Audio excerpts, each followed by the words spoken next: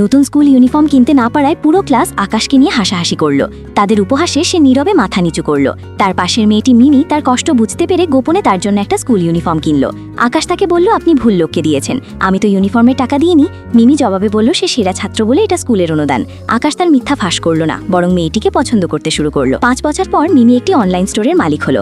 আকাশ যখন জানতে পারল মিমির একজন পুরুষ লাইভ স্ট্রিম পার্টনারের জরুরি দরকার, তখন সে তাকে তার দোকান থেকে কাউকে বেছে নিতে আকৃষ্ট করতে একটি বাটলার ক্যাফে খুলল।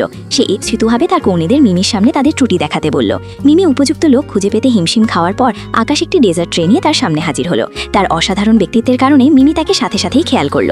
সে দ্রুত চিনতে পারল যে লোকটি সেই সহপাঠী যাকে সে অনেক বছর আগে সাহায্য করেছিল। সে ভাবল লোকটি তার লাইভ স্ট্রিম পার্টনারের জন্য উপযুক্ত এবং জিজ্ঞেস করল সে তার সাথে কাজ করবে কিনা। আকাশ রাজি হলো। তারপর মিমি তাকে বলল যে এই কাজের জন্য তাদের প্রেমিক প্রেমিকার ভান করতে হবে।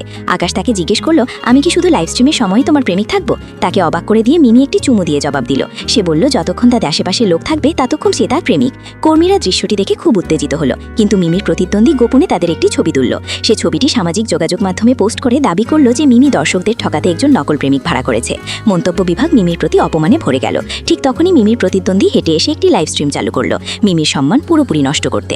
মিমিকে রক্ষা করতে আকাশ সবার সামনে তাকে চুমু দিল। মন্তব্য বিভাগ সাথে সাথেই বিস্ফোরিত হলো। আকাশ সরাসরি ঘোষণা করলো যে সে মিমির প্রেমিক, নকল প্রেমিক নয়। প্রতিদ্বন্দ্বী ক্ষিপ্ত হলো, কিন্তু অন্য কোনো প্রমাণ খুঁজে না পেয়ে তাকে লাইভ স্ট্রিম বন্ধ করে চলে যেতে হলো। পরের দিন সকালে আকাশ মিমির দরজায় সকালে হাজির হয়ে বলল তার কোথাও যাওয়ার জায়গা নেই, তাই কাজকে অজুহাত দেখিয়ে সে সফলভাবে মিমির বাড়িতে উঠে গেল।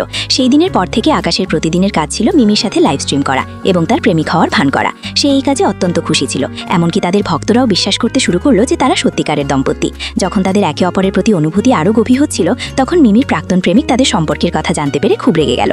ক্লাস রিইউনিয়নের দিন প্রাক্তন প্রেমিক আকাশ আসেনি জানতে পেরে ইচ্ছাকৃতভাবে গুজব ছড়ালো যে আকাশের মানসিক সমস্যা আছে। তারপর সে একটি ছবি দেখিয়ে দাবি করলো যে আকাশ একটি পথকুকুরকে আঘাত করেছে।